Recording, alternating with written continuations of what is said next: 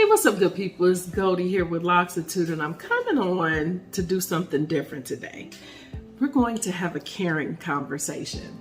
Normally I come on and I'm talking about everything locks, I'm talking about hair, I'm talking about these tools that are for sale, but as you can read in my description, I'm all about randomness. Now, I don't really say that this is randomness because it's based in locks, okay? It starts out about locks, but there's a bigger message there. And for those that follow me or that have kind of caught on to my vibe, former educator, leader, school leader, I'm at a point in my life, where I'm all about reflecting and looking at how I can do things better, how I can live a better life, how I can be happier. And that also involves me reflecting a lot on things that are happening in my life and really kind of taking stock in what my beliefs and my attitudes are about things and my behaviors, and unpacking why I think the way I do about certain things, as well as why I behave the way that I do when certain things happen. That has always been me, to kind of peel back layers and figure out, okay, what is that about? Why am I so irritated by this? That's just my nature. But you cannot work with other people and lead other people if you don't have emotional intelligence, you don't have the ability to reflect, upon your behavior and how your behavior impacts others, and also how to motivate and impact other people to bring the best out in them. So just because I've left the formal schoolhouse of, education, I'm still teaching. I'm still working with adults. I'm still interacting with adults. Every day that someone's sitting in my chair, that's interaction, that's interpersonal communication. And I love it. I'm one of those people, I love to talk about things that make me think differently, or just make me think, I didn't know that, that challenges what I feel like I know already.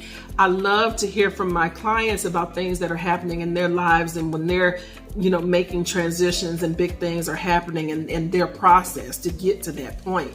So it's not going to be a surprise to me when I kind of tell you where this story is going, but I wanted to share this because it speaks so much to a problem that most of us have, okay? And so I wanted to tell this story to illustrate it, not to embarrass or talk negatively about anyone, but to just illustrate that we all do this, and to have us take a step back and look at how are we sabotaging ourselves, okay? That I'll leave it at that. So most of you know we have the 4 Brown Queens Lock Academy, and that training, we offer it virtually, but we also have it live in person training. The training is 2 days long, and then immediately following that 2 days of training, they go into their certification window, which runs 2 weeks. And once they get through the 2-day training, the certification window is really a self-paced thing, but we give you benchmarks, so that you keep yourself paced so you can complete what needs to be completed by the established deadlines. And so we just recently had a class at the end of April, and we had a wonderful group of ladies, very small class on this last one, but a very good group of ladies, like really, really enjoyed that group. And everything went well, with the class, and everything was going well with the certification until we got to this final deadline. Now, the final deadline, we're going to say, was Tuesday, 10 o'clock. They had to submit everything that was due because this is the final assessment, okay? But prior to that, like I said, we had benchmarks. Now, we had 2 different situations in this particular class that were very surprising, but very similar. So bear with me because I got to tell the story and the details, but I'm getting to a point here. So one young lady, had gone through the first checkpoint, but she had missed her deadline. And so, of course, we're trying to figure out, okay, what's going on? The deadline was this time, you didn't turn it in. Then when you turned in, it really wasn't that great. So, we go through, we work with her, and she's very emotional about it. because she had already just figured that we were just going to throw her out. You know, we weren't going to continue to work with her. And we just had to explain to her, look, yes, you missed your first check mark, but you still have time to get everything done so that you can make the final submission. So our suggestion is you work on this, take the feedback that we gave you, and just make sure that that final project that you turn in is dope, okay? Because we're gonna be looking at it with a microscope. So she was good, very emotional about it, but just knew that we were going to kick her out. And the issue was that, who told you that? You know, when we had the conversation, it was like, well, who said you would get kicked out? And she really couldn't answer it. She really couldn't say where that came from. Yes, we are instructors. Yes, we have guidelines, but we're not ogres. We're human. We understand things happen. We understand adult learning. So it's like, look, you know, if you've been working all this time, we're not just going to throw the baby out with the bathwater. Like, we're not doing that, but you got to tighten this up. Like, you don't have any room to mess up on this final submission. So she went on, she did a great job, turned in what she needed to, and she did awesome. Now, the second one is the one that I really want to spend some time with, but both of them had similar, you know, aligned stories here. So the second one, the second student, deadline came. Now, she was very active, was participating in discussions, and I've already talked to her about this being a teachable moment. So she knows I was going to tell this story because it was such a profound discussion that we ended up having. But everything was all set. The due date was Tuesday at 10 o'clock. And prior to this deadline, she was participating in our private group chats, and, you know, you could see her turning in her work, and she's doing great. You know, had some feedback, you know, but nothing out of the ordinary. But I noticed, like, as it was getting close time for the final deadline, she was really quiet. You know, we weren't seeing as much input from her. But again, people are working, they got families. So, you know, it wasn't too strange, but it still was out of her norm for what we had grown to know about her, you know, in this 2 weeks that we've been working with her. So the deadline comes on Tuesday at 10 o'clock and she doesn't turn her stuff in. And I think it was maybe like 45 minutes after the deadline, we just get like a very vague message, and she posts that I'm not going to meet the deadline and a sad emoji. And that was it. So of course my partner and I are like, well, what the hell is this? Like, what are we supposed to do to look like? Is she done?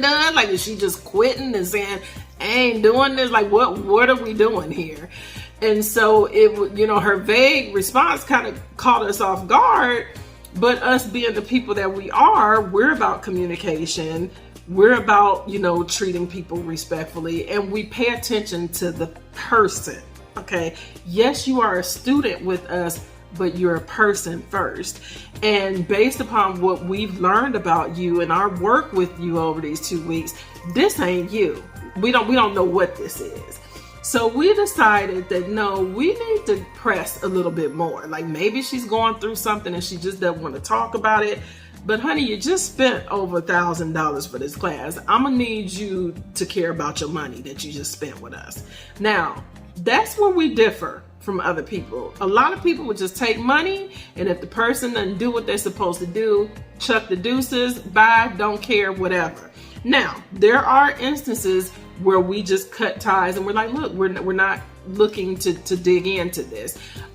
It's a case-by-case basis. It's the body of your work and interactions with a person that determines, okay, can I work with this person?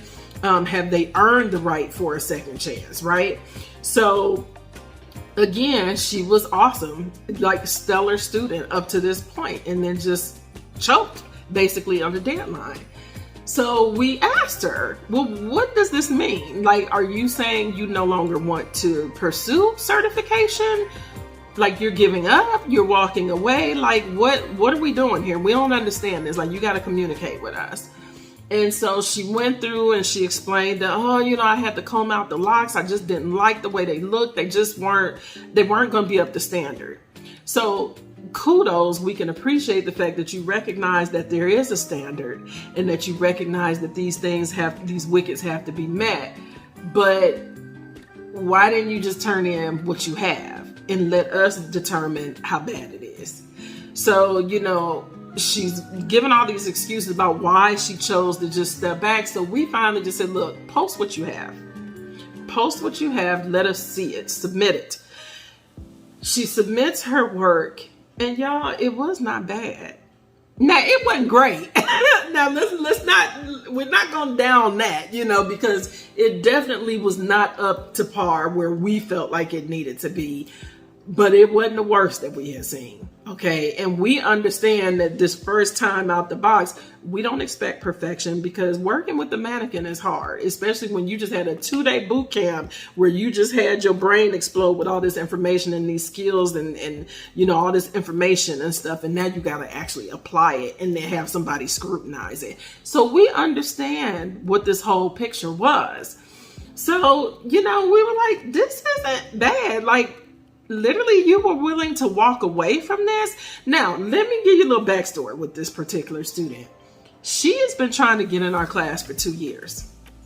For 2 years, she had been trying to take our class, and we're not going to get into why, but she has some ties with another org, and it was like, look, we're not dealing with that. So if you're going to come over here and work with us, you need to be free and clear. You can't be tied to nobody legally or whatever. So for 2 years, she's been working to get this done, to be able to, come free and clear. She got her done. Took the class, loved the class while she was in person, learned so much, understood everything that we had talked about, and had been fine up until this point. So she submits her stuff, and we're like, yeah, this is not as bad as you think it was, So the more my partner and I talked, we were like, I should call her. We should call and talk about this. Like, yeah, there's some room for improvement, but it's all stuff that could be corrected. It's not so bad that she can't go and make some adjustments. So I give her a call. I set up a time to talk to her. And I was just like, now talk to me a little bit about you just, deciding that you were just not going to submit. Like, how did we get to that point? And she was like, I just wasn't happy with it. And, and she went through just, her feelings about the work that she had performed. And I could respect that. I could respect it because that means you care. That means you care about the standard that has been set forth, and you wanted to be successful, but felt that you were falling short. But I explained to her, I said, but you do realize you literally almost walked yourself out of an opportunity. Like, you didn't even give us a chance to look at what you had done and to make a determination on whether you were done or not. Like, you really almost literally took yourself out the game. And this is something you've been wanting for 2 years. And she's like, I know. She's like, I didn't think about it like that. And I said, so let this be a lesson to you. Okay. And it's the same thing with the other one we told you about. Self-talk matters. Okay. And this is the caring conversation piece that I want to speak to, because it applies globally, not just to hair, but anytime any of us are setting out on something new, something that we haven't had experience with before. There's a lot of self-talk that happens. Okay. When you think about successful people, you should think about some of the conversations they have with themselves, in the late hours when it's quiet and no one's there to see them. And I'm halfway grinning about this because I'm constantly having business meetings with myself. Okay. And I have to be mindful of how I talk to myself, the things I tell myself about my ability and what I'm able to do. So I transferred that conversation to this student and explained to her that this really was a self-sabotage moment. Like, you didn't even fight for yourself. You literally just took yourself out the race before it even got started. And she was like, I didn't think about it like this. So we worked with her, and made some, requirements for her to get the approval, all of which are very doable, which she was very happy to know that she wasn't just getting booted out. And again, that's the type of people that we are. Okay, we understand that, yes, people are paying their money for our class, and yes, they're students and they understand what they're signing up for. But we care about the people that come to sign up with us. We care about the empowerment. We care about what happens after they leave our class. Now, obviously we can't, hold everybody's hand, and help guide them into this. But people that show effort and a desire to do well, we want to help make that happen. And it just felt like, as mentors, it was like, look, here, I want you to see what just happened here. Like, if we were not the type of people that we were, we would have just took your money and bounced. You know what I'm saying? Like, we wouldn't have talked to you and came back to give you an opportunity to figure out what was going on with you. We would have just been like, okay, deuces.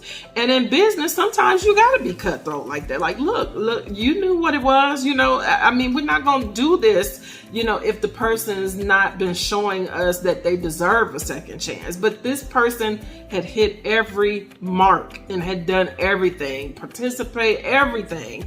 And it was like, dude, like, what are you doing? So I just wanted to come on and share that with you to highlight and have you take a step back and think about what types of conversations are you having with yourself. When you say you want to set out and you have goals to do certain things, what are you telling yourself to discourage yourself?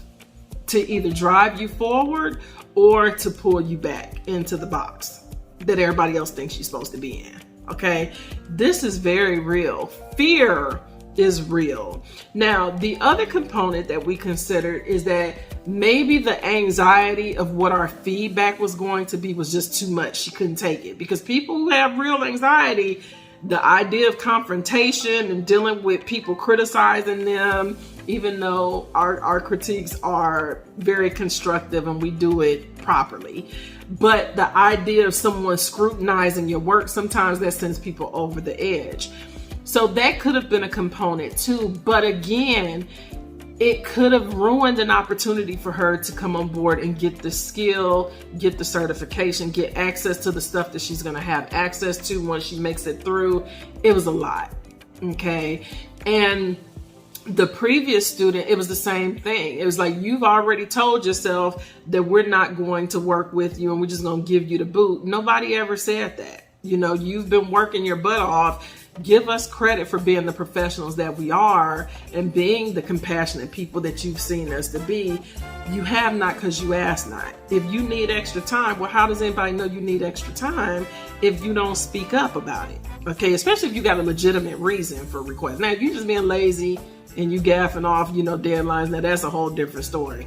But when you got life happening and you got families and stuff, listen, we understand because we're moms, right? We're all mompreneurs involved here. So we know that stuff happens. When you married and you got different things, all kinds of life happening.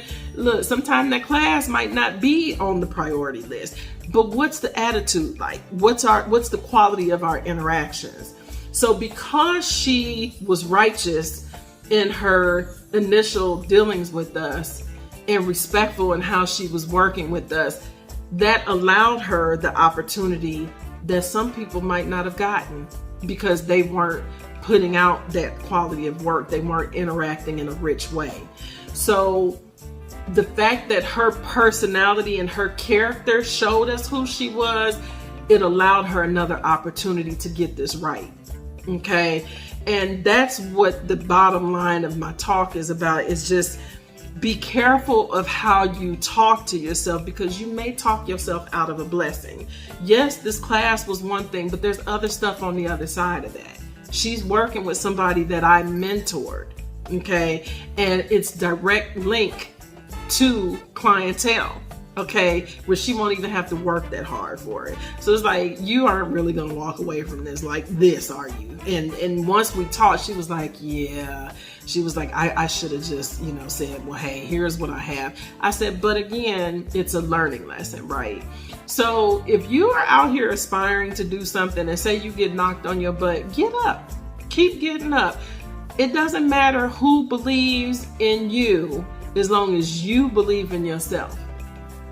Let that sink in for a minute, because I guarantee you, if you're doing something new and it doesn't fit what other people think you're supposed to do, you're going to hear all kinds of negative talk. So the last thing you want to do is add to that negative talk and sabotage yourself. So pay attention to the talks that you're having with yourself, because the brain is listening and you don't want to talk yourself out of an opportunity, out of a blessing. Sometimes getting through that part that was difficult for you will open up doors that you never even imagined existed.